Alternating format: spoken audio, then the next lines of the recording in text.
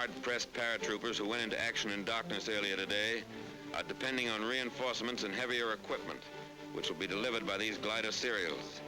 3 groups of fighter cover are in takeoff position at airdromes to the south.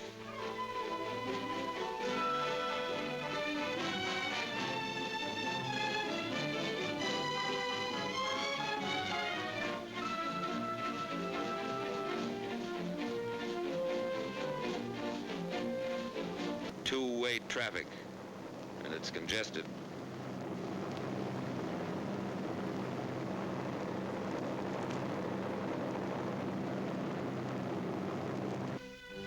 Under most difficult conditions, including landing under fire in enemy-occupied terrain, glider pilots did a splendid job. On the ground, they rendered most willing and effective service, providing local protection for the division command post during the most critical period when the division was under heavy attack from 3 sides. Please express to all elements of your command who brought the division in by glider or parachute, or who performed resupply missions for us, our admiration for their coolness under fire, their determination to overcome all obstacles, and for their magnificent spirit of cooperation.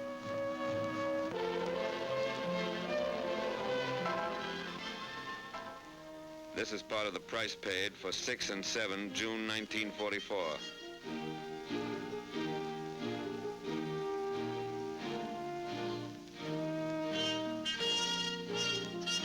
$1,662 troop carrier airplanes were dispatched in the first 24 hours of the assault. 43 were lost and 311 damaged by small arms fire. A lot happened here that cameras could never get. But a corporal with the Pathfinders remembers. We were covering the landing of the first bunch of gliders. We were pinned down by German fire across the field. As the men came running out, they stepped right into it and started to drop all around us. The German cannon blew one glider right apart. A veteran glider pilot. A night glider operation means more landing casualties and extreme difficulty in unloading.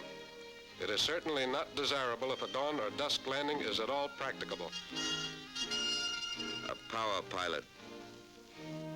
I flew in a parachute serial the first night and the navigation aids really worked. But I couldn't see the light T, which was supposed to be on my drop zone. A War Department observer who entered combat with one of the airborne divisions. Troops were dropped generally in the vicinity of the DZs, but were badly scattered.